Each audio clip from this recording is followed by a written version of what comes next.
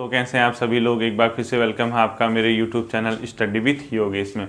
आज का जो चैनल है, आज का जो आपकी क्लास रहेगी वो रहेगी मौर्य पीरियड को लेके, और ये आपका सिलेबस में उसने दिया हुआ है, ठीक है। और यहाँ से क्वेश्चन आप लोगों के आते ही आते हैं, मान के चलो बहुत इंपॉर्टेंट चैप्टर है।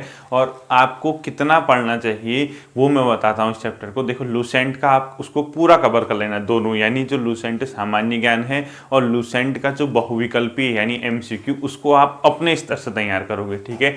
एनसीईआरटी में क्या है मैं वो आप लोगों को बताऊंगा, ठीक। अच्छे से नोट्स बना लेना और इसको रिवाइज भी आप लोग करते रहना, ठीक है। तो हेडिंग डाल लीजिए मौर्य पीरियड यानी मौर्य साम्राज्य, ठीक है। मौर्य वंश आप लोग क्या करेंगे, हेडिंग डाल देंगे, ठीक। अब देखिए, समझाऊंगा तो मैं इसको, पहले जितने भी आपने अभी तक हिस्ट्री के चैप्टर पढ़े हैं वो अच्छे से तैयार कर लेना। अगला सेशन जो जीएस का आएगा वो पॉलिटी को लेके आएगा, और जितने भी नए लोग हैं वो मूल अधिकारों तक मैंने पॉलिटी पढ़ा रखी, उसको कवर कर लेना बहुत जल्दी, ठीक है। प्लेलिस्ट में जाना वीडियो की, वहाँ आपको सब मिल जाएगा। संविधान और राज्य व्यवस्था वाले सेशन में स्टार्टिंग से सारी वीडियो देखना है। स्टार्टिंग का मतलब जो सबसे पहले आई होगी, नहीं सबसे लास्ट में वो वीडियो वहाँ पे प्ले होगी, ठीक है। देखिए, आज हम शुरू करेंगे मौर्य वंश। ये क्या था आखिर, देखो। सबसे पहले जब महाजनपदों का उदय हुआ, उसमें अलग अलग महाजनपद थे। उन्हीं में से सबसे जो शक्तिशाली महाजनपद था मगध था, ठीक है। उसकी राजधानी पाटलिपुत्र थे। उन इलाकों में सबसे पहले जो सबसे बड़ा साम्राज्य उदित होता है वो कौन सा था, मौर्य साम्राज्य, ठीक है। इसका जो उदय होता है लगभग आज से कितना, 2300 वर्ष पूर्व, ठीक है। 2300 वर्ष पूर्व के आसपास इसका क्या होता है, उदय होता है। यानी 2300 वर्ष पूर्व का क्या मतलब होता है, जो थर्ड बीसी, ठीक। आज से अभी से माइनस कीजिए 2300, पहले जीरो तक जाएंगे उसके बाद पीछे, ठीक है। तीसरी या चौथी सदी ईसा पूर्व क्या हुआ था, थर्ड से फोर्थ बीसी के आसपास इसका क्या हुआ था, उदय हुआ था, ठीक है। इस मौर्य वंश का यानी मौर्य साम्राज्य का यहाँ पे क्या हुआ था, उदय हुआ था। अब देखिए, इसका जो संस्थापक था वो किसे माना जाता है, ठीक है। इसका जो संस्थापक था वो था चंद्रगुप्त मौर्य, ठीक। कौन था, चंद्रगुप्त मौर्य। चंद्रगुप्त मौर्य को मौर्य वंश का संस्थापक माना जाता है। और ये किसकी सहायता से इसने गद्दी प्राप्त की, उसका नाम था कौटिल्य। आप लोगों ने सुना होगा, ठीक है। कौटिल्य को ही क्या बोला जाता है, चाणक्य।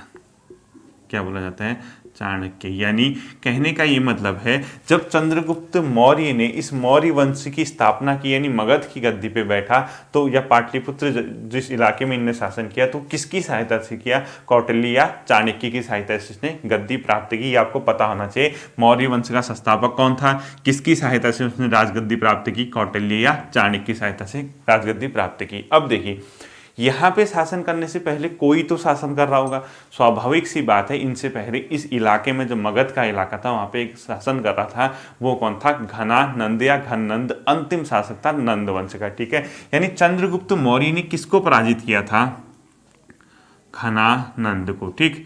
घनानंद को पराजित करने के बाद चंद्रगुप्त मौर्य ने मौर्य वंश की स्थापना की, और घनानंद नंद वंश का अंतिम शासक था, ठीक है। ये कौन था, नंद वंश का अंतिम शासक, नंद वंश का अंतिम शासक। अब देखिए, लूसेंट से पूरा जितना दिया है उसने, क्योंकि लूसेंट को आप मिस मत करना, शिशुनाग वंश, नंद वंश, हर्यक वंश, बिंबिसार, अजातशत्रु वगैरह सब आप लोगों को तैयार करना है, ठीक है। तो घनानंद जो था नंद वंश का अंतिम शासक था। इसको पराजित करने के बाद चंद्रगुप्त मौर्य क्या बना था, मौर्य वंश का संस्थापक बना था और मगध की राजगद्दी पे बैठा था, ठीक। इसी दौरान देखिए, चंद्रगुप्त मौर्य क्या था, जो जब ये गद्दी पे बैठा था, इसी के आसपास एक सिकंदर का नाम आपने सुना होगा, सिकंदर महान। उसने क्या किया था, इन इलाकों में, यानी भारत का जो पंजाब वगैरह का इलाका, जो झेलम नदी के आसपास का इलाका है, यानी इस पोर्शन पे, ठीक है, यहाँ से उसने क्या किया था, भारत में आक्रमण किया था। और सिकंदर का जो भारत के आसपास आक्रमण होता है उसको माना जाता है 326 ईसा पूर्व, ठीक है। यानी 326 में, 326 बीसी में किसने आक्रमण किया था पंजाब के इलाके में, सिकंदर महान ने। सिकंदर महान ने कितने में आक्रमण किया था, 326 ईसा पूर्व में। कहाँ आक्रमण किया था, पंजाब के इलाके से क्या किया था, विजय प्राप्त की थी। और इसकी जो उसके बाद मृत्यु हो जाती है वो 323 ईसा पूर्व में, ठीक है। अब इससे क्योंकि लिंक है यहाँ पे इसलिए मैंने इसको पढ़ा रखा है, ठीक। 323 ईस्वी में ईसा पूर्व क्या होती है, सिकंदर की, सिकंदर महान की मृत्यु हो जाती।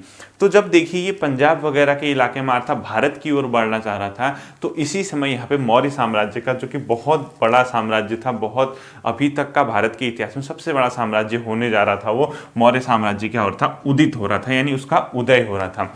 तो इस दौरान क्या था, जब सिकंदर यहाँ पे विजिट करने का वापस लौटा, भारत को विजिट नहीं कर पाया, इस इलाके की ओर आगे नहीं बढ़ा, एक झेलम वगैरह नदी के आगे नहीं बढ़ा, वो चिनाब झेलम जो भी है, तो उसने क्या किया, अपने यहाँ पे राजदूतों को रखना शुरू किया, यानी अपने प्रतिनिधि यहाँ पे छोड़ने शुरू उसने किए, यानी किसने, सिकंदर ने, ठीक है। तो उन्हीं में से एक सिकंदर का एक सैनिक, मतलब आप ये कह सकते हैं यूनान का राजा था या सिकंदर का राजदूत था, जो भी आप लोग कह सकते हैं, वो यहाँ पे शासन कर रहा था, उसका नाम था सेल्यूकस निकेटर, ठीक है। क्या था, सेल्यूकस, देखिए सेल्यूकस निकेटर, ठीक है।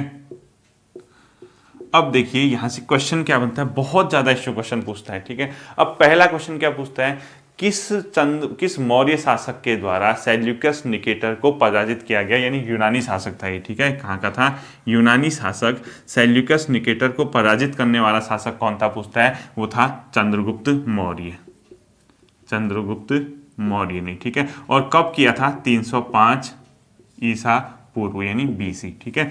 अब देखिए बहुत बार क्वेश्चन आता है, सेल्यूकस निकेटर को किसने पराजित किया पूछता है, चंद्रगुप्त मौर्य, कब किया, 305 बीसी में, ठीक है, ईसा पूर्व। और ये कौन था, सेल्यूकस निकेटर, यूनानी शासक था। इसको पराजित करने के बाद जो मौर्य वंश था वो भारत के उत्तरी भाग में तो पूरा फैला ही फैला था, यानी नॉर्थ इंडिया जिसको आप कहते हैं। इसके अलावा जो अफगानिस्तान का इलाका था, पाकिस्तान का इलाका था, वहां पर भी मौर्य वंश क्या होने लग गया था, अपने प्रसार करने लगा था। और ये सेल्यूकस निकेटर जो था, बाद में इसके साथ चंद्रगुप्त मौर्य के क्या हो गए, वैवाहिक संबंध भी इसके परिवार के साथ हो गए, ठीक है। और बताया जाता है चंद्रगुप्त मौर्य ने वह अपने जीवन के अंतिम वर्षों में जैन धर्म को अपना लिया था, और ये मैंने आपको पहले भी पढ़ाया है, ठीक है। मैंने आपको पहले भी पढ़ाया है कि किस मौर्य वंश के शासक ने जीवन के अंतिम दिनों में जैन धर्म को अपना लिया था, वो कौन था, चंद्रगुप्त मौर्य। अब इसके बाद जो शासक बनता है वो कौन बनता है, इसका पुत्र, और उसका नाम था बिंदुसार, ठीक है।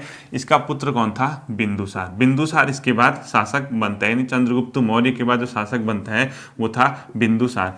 बिंदुसार जब सत्ता में आता है, ये क्या करता है बिंदुसार, पूरे दक्षिण भारत तक मौर्य साम्राज्य का इसके समय क्या होने लग जाता है, विस्तार होने लग जाता है, यानी सुदूर दक्षिण तक, जो मैसूर का इलाका है, साउथ की ओर इंडिया के मैप में देखोगे, यानी जो इस प्रकार का आपको दिखेगा लास्ट में ये वाला, तो इन इलाकों में भी क्या हो गया था, चंद्रगुप्त मौर्य, मतलब ये मौर्य वंश फैलने लगा था। और इसके साथ साथ इसके दक्षिणी राज्यों के साथ मैत्रीपूर्ण संबंध थे, यानी एक फ्रेंडली क्या था, रिलेशन था। तो बिंदुसार के समय क्या हुआ था, मौर्य वंश दक्षिण तक फैल गया था, ठीक है, सुदूर दक्षिण तक फैल गया था, दक्षिण तक फैल गया था। दूसरा, इसके क्या थे, दक्षिणी राज्यों के साथ मैत्रीपूर्ण संबंध थे, यानी कि फ्रेंडली बिहेवियर इसका रहता था।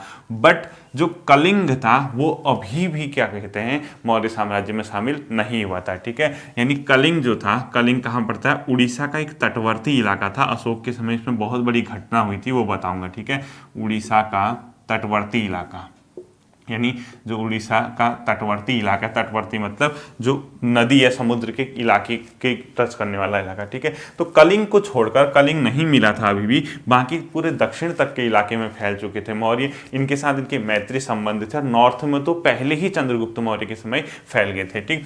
अब देखिए चाणक्य जो था, चंद्रगुप्त मौर्य को जिसने गद्दी पे बैठाया था, बहुत बड़ा रोल था। उसने एक बहुत प्रसिद्ध पुस्तक लिखी है, उसका नाम है अर्थशास्त्र, ठीक है। अगर आपसे ये पूछता है अर्थशास्त्र नामक पुस्तक किसने लिखी है, क्या बताओगे आप, कौटिल्य चाणक्य, ठीक है। कौटिल्य ही को ही क्या कहते हैं, लिख देना ब्रैकेट में, चाणक्य कहते हैं, ठीक है। इसी ने अर्थशास्त्र लिखी है। और आपको यहाँ पे एक और बुक का नाम देखने को मिलेगा, उसका नाम है अष्टाध्यायी, ठीक है। ये भी पेपर में पूछता है आपसे, अष्टाध्यायी किसने लिखी है, अष्टाध्यायी, ठीक। अष्टाध्यायी किसने लिखी है, पाणिनि ने। ये किताबों के नाम आपको आने चाहिए, किताब पेपर में वहां पूछा जाता है। ठीक है, अष्टाध्यायी किसने लिखी पूछता है, पाणिनि ने। अर्थशास्त्र किसने लिखी है, कौटिल्य, मतलब चाणक्य ने। ठीक है, अब देखिए जब बिंदुसार वगैरह आप कब मरे क्या मरे इतना ग्रुप सी में पूछता ही नहीं है। ठीक है, वो सब छोड़ दीजिए। इनके समय जब मौर्य वंश यानी मगध पे जो शासन कर रहे थे, मौर्य स्टार्टिंग कहाँ से हुआ था, पहला शासक कौन था इनका, चंद्रगुप्त मौर्य। ठीक है, चंद्रगुप्त मौर्य के बाद कौन बना था, बिंदुसार। सबसे पहले क्या लिखेंगे, चंद्रगुप्त मौर्य। दूसरा कौन बना था उसके बाद, बिंदुसार। ठीक है, बिंदुसार है, बिंबिसार मत कर देना। और तीसरा बना था अशोक महान। कौन था, अशोक महान।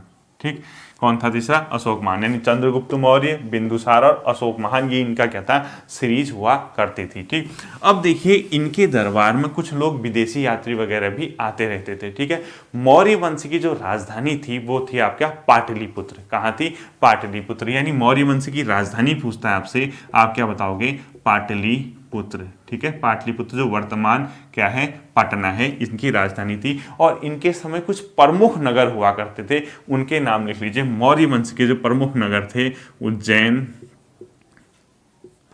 तक्षशिला और पाटलिपुत्र। क्या था, पाटलिपुत्र। ये इनके क्या थे, मौर्य वंश के प्रमुख नगर हुआ करते थे। उज्जैन क्या था, दक्षिण की ओर जाने वाले रास्ते में पड़ता था। तक्षशिला कहाँ पड़ता था, जो पाकिस्तान का इलाका है वहाँ पड़ता था। और पाटलिपुत्र गंगा और सोन की नदियों के संगम के आसपास बसा हुआ था। ठीक है, इनके ये प्रमुख नगर हुआ करते थे मौर्य वंश के। ठीक, अब देखिए एक प्रसिद्ध जो यूनानी राजा मैंने आपको बताया था, सेल्यूकस निकेटर, अभी कुछ देर पहले बताया था मैंने, जो जिसको चंद्रगुप्त मौर्य ने पराजित किया था, उसने अपना एक राजदूत भेजा था। और वो भेजा था चंद्रगुप्त मौर्य के दरबार में। उस राजदूत का नाम था मेगस्थनीज। ठीक है, क्या था, ये बहुत आता है, मेगस्थनीज। ठीक है, अब देखिए सबसे पहले मेगस्थनीज कौन था, पहला क्वेश्चन, ये था यूनानी शासक सेल्यूकस निकेटर का राजदूत। कौन था ये, यूनानी शासक, यूनानी शासक कौन था वो, सेल्यूकस निकेटर, सेल्यूकस निकेटर। ठीक है, इसका क्या था, राजदूत हुआ करता था मेगस्थनीज। ये किसके दरबार में अगर आया पूछता है, वो था चंद्रगुप्त मौर्य। बहुत आता है क्वेश्चन। ठीक है, मेगस्थनीज किसके दरबार में आया था पूछता है, तो लिख लीजिए आप, सीधे सीधे क्वेश्चन बना के लिख लीजिए, मेगस्थनीज किसके दरबार में आया था, चंद्रगुप्त मौर्य के। ठीक, इसके दरबार में क्या था, ये आया हुआ था मेगस्थनीज। और जब ये यहाँ आया, इसने यहाँ की क्या किए, कुछ चीज़ों का वर्णन किया, वो भी आपको बताता हूँ। देखिए एक विदेशी यात्री था, राजदूत था, सेल्यूकस निकेटर का राजदूत था, चंद्रगुप्त मौर्य के दरबार में आया था, तो स्वाभाविक सी बात है और भी तो भारत में विदेशी यात्री आए, तो यहीं पे क्यों ना हम उनको हिट कर लें जो पेपर में पूछते हैं। एक का नाम लिख लीजिए आप, डिमेकस या डाइमेकस। क्या लिखेंगे आप, डिमेकस या डाइमेकस। क्या लिखेंगे, डिमेकस या इसी को डाइमेकस। ये किसके दरबार में थे, डिमेकस और डाइमेकस, बिंदुसार। ठीक है, बिंदुसार के दरबार में आए थे, पेपर में आपसे पूछता है। ठीक, डिमेकस या डाइमेकस किसके दरबार में आए थे पूछता है, बिंदुसार। एक लिख लीजिए फाहियान।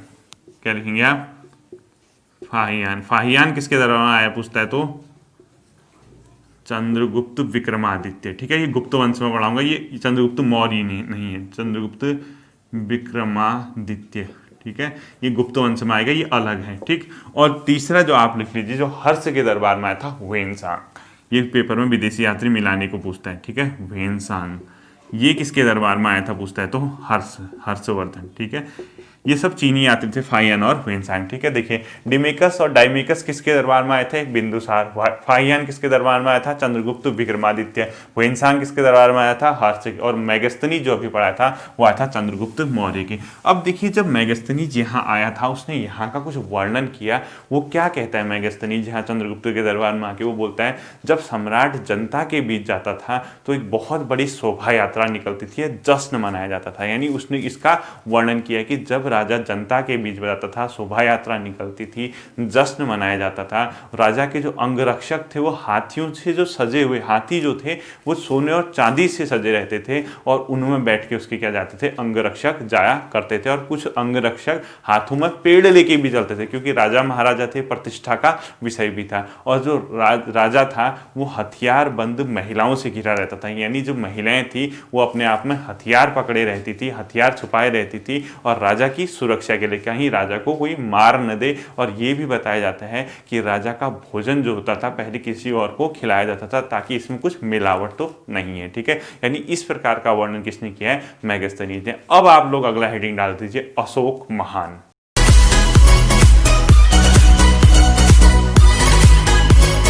अगला जो आता है आपका वो आता है अशोक महान। आपने ये पढ़ना है और इस सिलेबस में उसने प्रॉपर अशोक का नाम दिया हुआ है आप लोगों के सिलेबस में, ठीक है। प्रॉपर उसने अशोक लिखा हुआ है, इसको टिक कर देना। देखिए, अशोक महान पहला शासक था जिसने अभिलेखों के माध्यम से, अभिलेख में संदेश लिखवा के जनता तक अपना मैसेज छोड़ा। यानी इसमें पहला पॉइंट लिख लीजिए, पहला शासक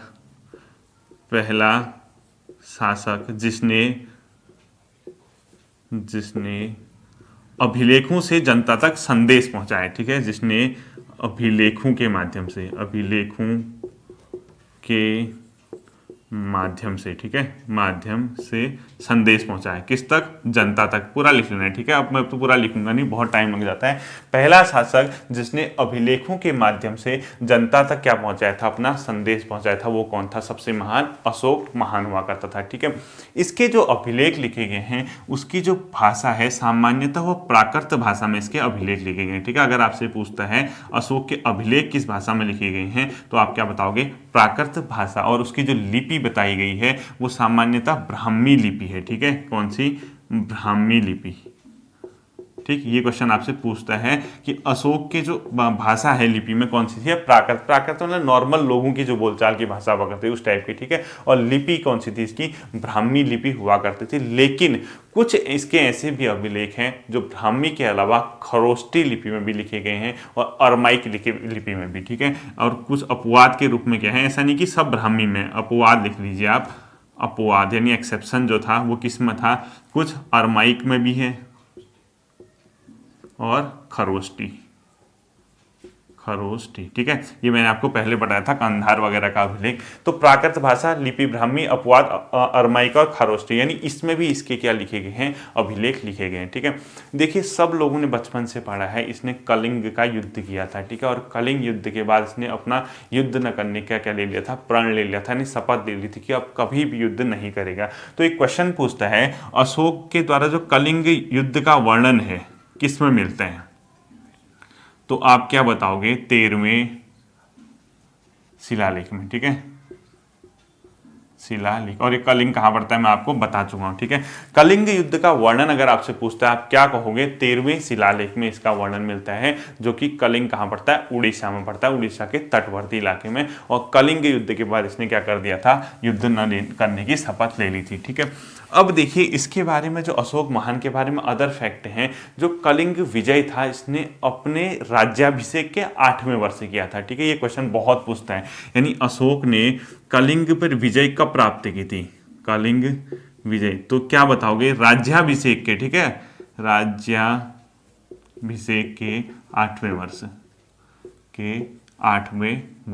ठीक, 8वें वर्ष में इसने क्या किया था, कलिंग पे विजय प्राप्त की थी। आप लोगों को ये पता होना चाहिए, ठीक है। और इस युद्ध में बताया जाता है कि लगभग 1.5 लाख लोग क्या बनाए गए थे, बंदी बनाए गए थे, और 1 लाख से अधिक लोगों की इसमें क्या गई थी, जान गई थी। तो अशोक के बारे में बताया जाता है कि इस युद्ध को देखे वो इतना पीड़ित हुआ, इतना दुखी हुआ, उसने आजीवन युद्ध न करने की क्या ले ली थी, शपथ ले ली थी। और उस शपथ के बाद उसने एक धम्म का सिद्धांत दिया। जो धम्म होता है वो अपने आप में धर्म का एक प्राकृत रूप होता है, यानी धर्म शब्द से ही क्या निकला है, धम्म। यानी अगर आपसे पूछता है अशोक महान ने धम्म का सिद्धांत किस घटना के बाद दिया, आप क्या कहोगे, कलिंग विजय, ठीक है। यानी कलिंग पे विजय यानी कलिंग के युद्ध के बाद अशोक ने धम्म सिद्धांत का क्या किया, प्रवर्तन किया, ठीक है। तो अगला हेडिंग लिख लीजिए, अशोक का धम्म, ठीक। क्या लिखेंगे, अशोक का धम्म सिद्धांत। देखिए, धम्म अपने आप में धर्म का ही एक रूप है, ठीक है। यानी अशोक ने जो धम्म दिया था वो एक प्रकार का अपने आप में क्या है, धर्म सिद्धांत। जो धर्म से सिद्धांत है वही इसका धम्म है, ठीक। अब इसमें इसने क्या कहा, ये कहता था देखिए आप लोगों के दिलों को अगर आप बातों से प्रेम से विजित करना बहुत आसान है इन कंपेयर टू लड़ाई, ठीक है। यानी वो ये कहता था धम्म से लोगों का दिल जीतना बहुत आसान है, बल्कि बलपूर्वक नहीं है, ठीक है। पहला पॉइंट लिख लीजिए, इधर खुद लिख लीजिए, धम्म से लोगों का दिल जीतना आसान है लेकिन बलपूर्वक दिल जीतना बहुत ज़्यादा क्या है, मुश्किल है। यानी वो कहता था आप धार्मिक नीतियों से, सेवा करके, बातों से, प्रेम भाव से क्या करो, लोगों को जीतो और कभी भी बल का प्रयोग मत करो, ठीक है। और उसने ये भी कहा था, ये वो मानता था कि जो उसके बेटे हैं और पोते हैं वो भी आगे जाके युद्ध नहीं करेंगे क्योंकि वो इतना दुखी, इतना पीड़ित हो चुका था। तो पहला पॉइंट आप लिख लीजिए, धम्म से लोगों का दिल जीतना आसान है ना कि बलपूर्वक, पहला। दूसरा पॉइंट आप लोग लीजिए, अशोक ने माना कि उसके बेटे और उसके पोते भी भविष्य में कभी युद्ध नहीं करेंगे, वो ये चाहता था, ठीक है। अब उसने क्या किया, अपनी जो धार्मिक नीति थी या जो धम्म का सिद्धांत था उसके प्रचार प्रसार के लिए एक अधिकारी की नियुक्ति की जो लोगों तक उसके सिद्धांतों को पहुंचाएगा। उसका नाम था धम्म महामात्मा, ठीक है। क्या? धम्म महामात्मा, ठीक है। ये क्वेश्चन सुपर इंपॉर्टेंट है, ये बहुत आप लोगों के पूछता है, ठीक है। धम्म महामात्म कर दीजिए इसको, ठीक है। धम्म महामात्म, धम्म महामात्र कर दीजिए, महामात्र, ठीक है। यानी आधा तो कर देना, ये देखिए धम्म महामात्र, ठीक। यानी एक प्रकार का अधिकारी जो अशोक के धार्मिक नीतियों को पहुंचाने के लिए, अशोक के धम्म सिद्धांतों को लोगों तक पहुंचाने के लिए उसने जो अधिकारी की नियुक्ति की उसको बोला गया धम्म महामात्मा। और ये बहुत ज़्यादा इंपॉर्टेंट कर देना, मोस्ट इंपॉर्टेंट, ये पेपर में आपसे क्वेश्चन पूछता है कि अशोक के धम्म सिद्धांत को प्रसारित करने के लिए जिस अधिकारी की नियुक्ति की उसको क्या बोला जाता था, या पूछेगा धम्म महामात्म कौन होता था, तो अशोक के धम्म नीति को जो क्या करता था, लोगों तक पहुंचाता था। उसने ये तक लिखवाया कि जो लोग धम्म को नहीं पढ़ पा रहे हैं, यानी अभिलेखों में जो उसने सिद्धांत लिखे थे उनको अधिकारी क्या करेंगे, पढ़ के सुनाएंगे कि ये अशोक की नीति है, ये उसके संदेश हैं, ठीक है। कई स्थानों पे उसने इसको लिखवाया था, शिलाओं में लिखवाया था, अभिलेखों में लिखवाया था, स्तंभ में लिखवाया था, ठीक। और इसी धम्म के प्रचार प्रसार के लिए उसने अपने राजदूत अलग अलग देशों में भेजे, जिनमें देखिए लिख लीजिए, एक तो लिख लीजिए आप सीरिया, मिस्र, ग्रीस और श्रीलंका में भी, ठीक है, आदि। इन जगहों पे उसने क्या किया, अपने राजदूतों को भेजा कि वो अशोक जो होगा अब वो धम्म के सिद्धांत पे चलेगा, ना वो युद्ध चाहता है, ना वो लड़ाई चाहता है, बस धार्मिक नीतियाँ चाहता है, प्रेम भाव चाहता है, ब्राह्मणों वगैरह को वो क्या देना चाहता है, अपने आप में जो एक प्रकार का नजराना टाइप का आप जो कह सकते हैं। और इसके अलावा वो जीव जंतु हो गया, कोई भी मानव है, उनके खिलाफ अहिंसा को बर्दाश्त नहीं करेगा, ठीक है। ये उसका धम्म का सिद्धांत था। अब अशोक से संबंधित बहुत से क्या मिले हैं अपने आप में, एक प्रकार के शिलालेख। तो अशोक के शिलालेख लिख दीजिए कहां कहां मिले, ठीक है। शिलालेख, शिलालेख देखिए, एक पहला लिख लीजिए कंधार, ठीक है। पहला क्या लिख लेंगे अशोक का शिलालेख, कंधार। एक लिख लीजिए लंपक, लंपक। एक लिख लीजिए मनसेहरा, एक लिख लीजिए शहबाजगढ़ी, शहबाजगढ़ी, ठीक है। एक लिख लीजिए कालसी, जो कि देहरादून, आप लोगों ने सुना होगा कि अशोक का शिलालेख कहाँ मिला है, कालसी आप लोग पढ़ते हैं, वो यही अशोक थे, ठीक है। एक लिख लीजिए टोपरा, टोपरा। एक लिख लीजिए मेरठ, क्या लिखेंगे आप, टोपरा, मेरठ। और एक जगह है दिल्ली के पास पड़ती है, उसका नाम है बहापुर, बहापुर, ये दिल्ली के आसपास है, ठीक है, ठीक। और इसके अलावा आप लिख लीजिए एक लुम्बिनी लिख लीजिए, एक रामपुरवा लिख लीजिए, और रामपुरवा बहुत आता है पेपर में, ठीक है, रामपुरवा, ठीक। एक लिख लीजिए लुम्बिनी, लुम्बिनी, ठीक है। इसी के अलावा कुछ और भी उसके मिले हैं, एक गिरनार लिख लीजिए, एक ब्रह्मगिरी लिख लीजिए, एक मास्की लिख लीजिए। क्या क्या लिखेंगे, गिरनार, ब्रह्मगिरी, ब्रह्मगिरी। एक लिखेंगे मास्की, ठीक है। एक लिख लीजिए सारनाथ, एक लिख लीजिए कौसाम्बी, कौसाम्बी, ठीक है। एक लिख लीजिए सांची, एक लिख लीजिए गुज्जर, बस ठीक है, इतने काफ़ी हैं। आप लोग अगर इतना ध्यान रखते हैं, इतने से आपका क्वेश्चन बन जाएगा। जैसे कलिंग वगैरह में भी है, कलिंग का नाम जो भी है वो है, कलिंग वगैरह भी मिलते हैं। इतना आप लोग क्या कर लेना, ध्यान रखना जो। और इनमें इंपॉर्टेंट कांधार याद रखना, आपको मनसेरा याद रखना है, शाहबाजगढ़ी याद रखना है, टोपरा याद रखना है, कालसी याद रखना है, गिरनार याद रखना है, ब्रह्मगिरी याद रखना है, मास्की याद रखना है, कौशाम्बी और सारनाथ और सांची।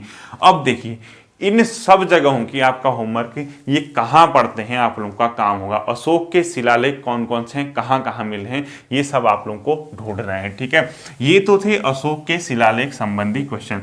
अशोक से संबंधित अदर जो आप लोगों के फैक्ट हैं वो आप लोग देख लीजिए।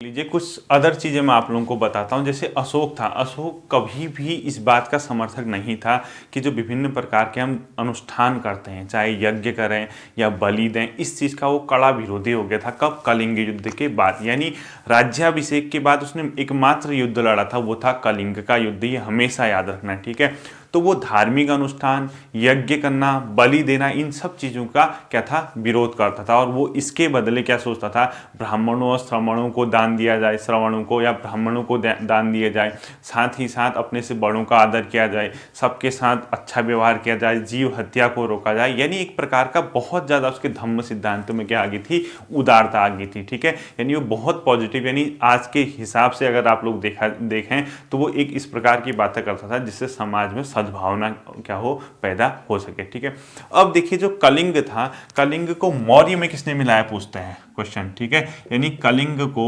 मौर्य में किसने मिलाया पूछता है, तो आप क्या बताओगे, अशोक ने। ठीक है, यानी कलिंग को मौर्य साम्राज्य में किसने मिलाया था, वो क्या बताओगे आप लोग, अशोक ने। ठीक है, और अशोक के जो अभिलेख हैं उसको अशोक को अशोक नहीं कहा गया। ये क्वेश्चन बहुत आता है। ठीक है, ये बहुत ज़्यादा इंपॉर्टेंट कर देना इसको। क्वेश्चन फॉर्म पे आप लोग लिखिए, वन लाइनर के रूप में लिखिए, अशोक को विभिन्न प्रकार के अभिलेखों में किस नाम से पुकारा गया। या ऐसे क्वेश्चन पूछेगा या नाम दिया होगा और वो किसको कहा जाता था। ठीक है, तो अशोक को क्या है, विभिन्न प्रकार के अभिलेखों में अलग अलग नाम से पुकारा गया। उनमें जो नाम है वो जो यूज हो जाता है उसको बोलते हैं प्रियदर्शी और देवना प्रिय। ठीक है, क्या बोलते हैं,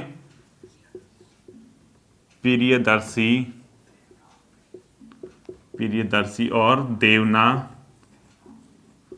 प्रिय। ठीक है, यानी इसका क्या मतलब है, प्रियदर्शी और देवनाम प्रिय यानी देवताओं का प्रिय। ठीक है, देवनाम प्रिय भी कह सकते हैं इसको, देवनामो कर दो बीच में, देवनाम प्रिय। ठीक है, इसको लिख लीजिए आप, देवनाम प्रिय, देवनाम प्रिय। ठीक, ये लिख लीजिए, देवनाम प्रिय। तो अशोक को क्या बोला गया है, उसके अभिलेखों में दो नामों से संबोधित किया जाता है, एक को बोला जाता है प्रियदर्शी और देवनाम प्रिय। अब क्वेश्चन क्या पूछता है, देखिए, किस शासक को उसके अभिलेखों में प्रियदर्शी या देवनाम प्रिय बोला गया है, अशोक को। यह क्वेश्चन पूछेगा, अशोक को उसके अभिलेखों में किस नाम से संबोधित किया गया है, आप बताओगे प्रियदर्शी या देवनाम प्रिय। मोस्ट इंपोर्टेंट कर देना। जबकि अशोक को पुराणों में अशोक वर्धन कहा गया है, अशोक वर्धन। ठीक है, अशोक को अशोक वर्धन कहा गया है, किसमें, पुराणों में। ठीक, ये याद रखना, अशोक को अशोक वर्धन कहा गया पूछता है तो आप लोग क्या कहोगे, पुराणों में। जबकि उसके अभिलेखों में उसको प्रियदर्शी और देवनाम प्रिय कहा गया, ये आप लोगों को पता होना चाहिए। ठीक है, तो जब ये सत्ता में बैठा, 8वें वर्ष इसने क्या किया था, कलिंग का युद्ध लड़ा था। याद रखना, राज्याभिषेक के 8वें वर्ष में इसने क्या किया था, कलिंग का युद्ध। तो इस युद्ध से बहुत ज्यादा क्या हो गया था, विचलित हो गया था, दुखी हो गया था। उसके बाद जब शासन के 12वें वर्ष से इसने राज्याज्ञाएं देना शुरू कर दी, यानी राजा की जो आज्ञाएं थी वो शुरू कर दी। ठीक है, अब देखिए, अशोक जो था बौद्ध धर्म का अनुयायी था। किस धर्म का, बौद्ध धर्म का। यानी इसने किस धर्म को अपनाया था, बौद्ध धर्म को अपनाया था, ये आपको आना चाहिए। ठीक है, अशोक का नाम अशोक नहीं मिलता है और जगह, लेकिन एक आध जगह इसका नाम अशोक मिलता है, यानी इसके अभिलेखों में इसका नाम अशोक ही लिखा गया है, वो न है प्रथम लघु शिलालेख। ठीक है, अगर आपसे ये पूछता है अशोक का नाम अशोक कहाँ मिलता है, तो आप क्या बताओगे, प्रथम लघु शिलालेख में।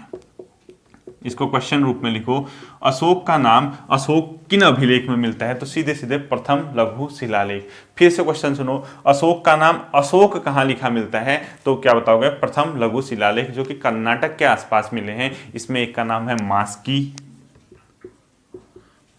क्या लिखेंगे, पहले का नाम मास्की लिखेंगे, एक का नाम लिखे नुट्टूर, नुट्टूर। ठीक है, नुट्टूर।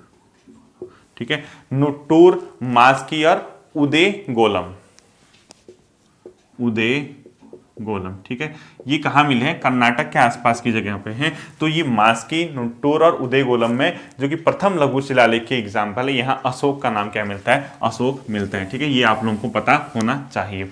अब देखिए जो अशोक है, इसके जो अभिलेख हैं वो 5 श्रेणी में क्या करके डिवाइड किए हैं, ठीक है। अशोक के अभिलेख कितने श्रेणी में, अब क्या क्या हैं वो सब छोड़ दीजिए, इतना नहीं पढ़ना है, ठीक है। यहाँ पे अशोक के अभिलेख कितने श्रेणी में बटे हैं? 5 श्रेणियों में बटे हुए हैं। इसके अभिलेखों में अधिकांशतः एक शब्द का प्रयोग हुआ है, उसको बोलते हैं सत सहस्त्र शब्द, ठीक है। परसों मैंने महाभारत वगैरह के लिए भी यूज किया था उसको, सत सहस्त्र, इस शब्द का इसका प्रयोग किया गया है अधिकांश अभिलेखों में। और ये किसके परिप्रेक्ष्य में किया है पूछता है, तो आप क्या बताओगे? कलिंग युद्ध, ठीक है। यानी क्वेश्चन क्या पूछेगा, अशोक का नाम, जो अशोक के अभिलेखों में अधिकांश सत सहस्त्र शब्द का प्रयोग हुआ है, वो किस परिप्रेक्ष्य में किया गया? आप क्या बताओगे? कलिंग युद्ध, क्योंकि बताया जाता है कलिंग युद्ध में 1 लाख से अधिक लोगों की मौत हुई थी, उसी के परिप्रेक्ष्य में सत सहस्त्र प्रयोग शब्द का प्रयोग इसके अभिलेखों में मिलता है। बाकी आप लोगों को पता है तीसरी बौद्ध संगीति का आयोजन मैंने आपको पढ़ाया था, अशोक के समय हुआ था, और वो पाटलिपुत्र में थी। उसके अध्यक्ष भी पता है आपको, मोगलीपुत्र तिस्य जो भी हैं, आपने लूसेंट में पढ़ लिया होगा। एक इसका अधिकारी होता था, उसका नाम था राजुक, ये क्वेश्चन लिख लीजिए, राजुक। ये क्या होता था? अधिकारियों को पुरस्कृत और दंड देने वाला जो अधिकारी होता था उसको राजुक, यानी अशोक के समय में अधिकारियों को पुरस्कृत और दंडित करने वाला जो अधिकारी होता था उसको राजुक, यानी क्या करेगा ये? पुरस्कार, अच्छा काम किया तो शाबाशी, बुरा काम किया तो दंड देने वाला जो अधिकारी होता था उसको बोलते थे अशोक के समय राजुक, ठीक है। ये तो था आपका अशोक के बारे में एक इंट्रोडक्शन। इसका जो दूसरा पार्ट है, यानी पूरा मौर्य साम्राज्य, उसका प्रशासन वगैरह, समाज वगैरह, अगले पार्ट में आएगा। तब तक के लिए अगली क्लास का उत्तराखंड का वेट कीजिए। Thank you.